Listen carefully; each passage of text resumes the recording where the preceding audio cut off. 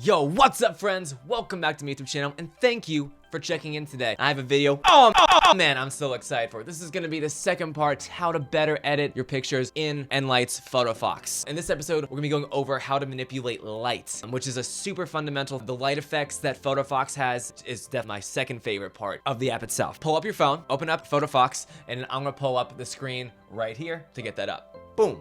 Great, so now that Photofox is open, the photos we're gonna be using are just gonna be stock images like last time. That way we can do it together. Something I didn't mention last time is on the layers on the right-hand side, if you press on one of them, for instance, I'll do the top one. By clicking on it, there's the option to hide it. So the first layer, which we're gonna use as the bottom layer, if you were to search in door in the search bar on the stock images, you'll see this one up. It looks like this.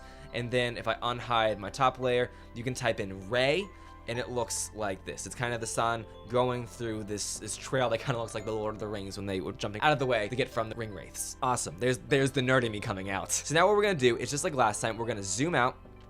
We're gonna kind of position where we want this to be. We want to kind of have the light coming, the sunlight coming out where the window would be. That's kind of our pivot point in a way. So get it straight. Kind of pick that, and what we're gonna do is by doing layers on the bottom left, opacity, we're gonna bring it down so we really can kind of see where that's gonna go. Press on transform, and then we're gonna make it straight and kind of put the sunlight where we want it to be. And I think it being about there, it looks good. Take the opacity, raise it up. That looks pretty good. The sun's kind of where the window would be. Now what we're gonna do is we're gonna lower down their opacity a bit so that we can kind of see a blending of the two. Do handy dandy, my favorite, the eraser tool. Click on that. And now we're gonna do what we did last time, and we're gonna go around the edges of that door frame, and we're gonna erase the ray that's coming through. We wanna get pretty close to where we're seeing the inside part of the door, because that's where the light would be hitting if it was naturally shining through. So go ahead, kind of go around. Don't forget, if it's kind of hard to see, you don't really know what you're erasing, always confirm what you did, or just stop and kind of go back to the original, and then you can erase that opacity to a point that works out best for you. All right, so go ahead, let's go around and erase all that.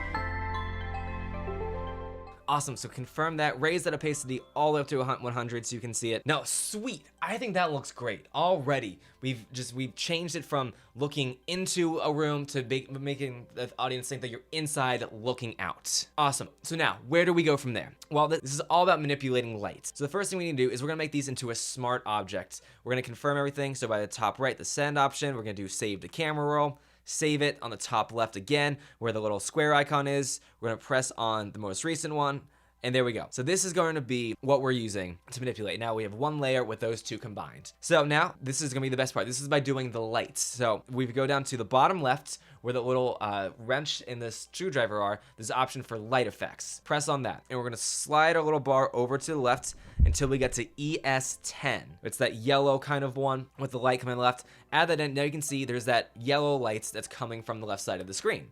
What we're gonna do is we're gonna take our fingers and we're gonna rotate that, and we're gonna adjust the ends of it, which is where the most natural parts, where it's lightest, and we're gonna kind of just move it over most of the left side. So we have it kind of like that. We have the strong light on the right, kind of seeping through, and we're gonna go ahead and confirm it right about there. That looks good. Awesome. So once you have it like that, we're gonna go ahead and keep it like that. But don't press the confirm button or the check mark on the top right.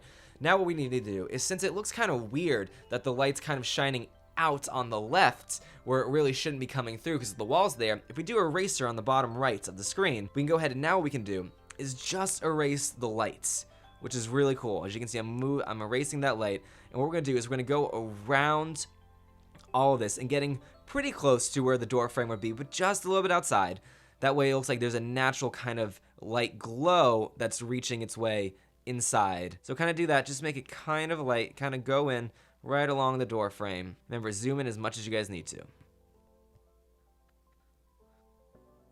Awesome, and we have that. Now it looks like there's more light. That light's streaming out from the bottom where we have all the wall falling down.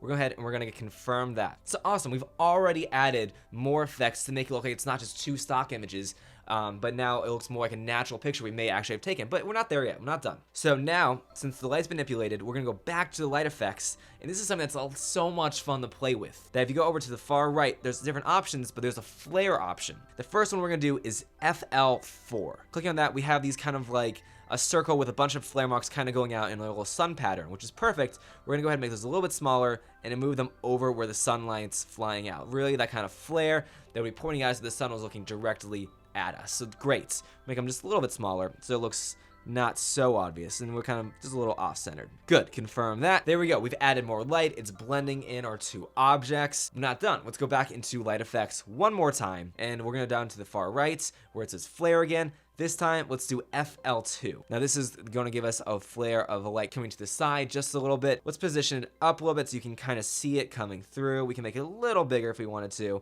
Make it look like it's really right there. Let's confirm that. And there we go. So now we have two different flares that we've added. We've added the light streaming in, and you can really play around with them because there's so many different ones you can do to make the lights. Awesome. That looks good, but it's still just a little unnatural. There's so much light streaming in on the right, but it's not quite dark enough on the left. So the next part we're gonna do is it's gonna be a new tool. So on your toolbar on the bottom, that purple bar, go ahead and press on the little mountainscape, and that's gonna be the tone option. And so here we'll do target. Coincidentally, it looks like the Target logo. By pressing on that, you see a circle with a kind of a red fuzz in the middle. And from here, this is everything that we're targeting that we're gonna isolate. So by swiping up or down on the screen, if we go down, going further away from the circle, we can see that it really disperses and spreads out what is going to be targeted, versus if you move your finger closer into a circle, you just target things inside it, and it's that little individual point in the very middle, that's what it's really selecting, or things that are kind of related to those objects, at least what Photofox thinks it is. And then on the left hand side, there's those two little lines. If you kind of pull away from the circle, you can stretch it more oval or push it in, make it a circle. Of course, what we're going to do here is by pinching and zooming, we can make the circle bigger or smaller. So we're going to zoom circle out and make it pretty big, and we're going to move it over to the left hand side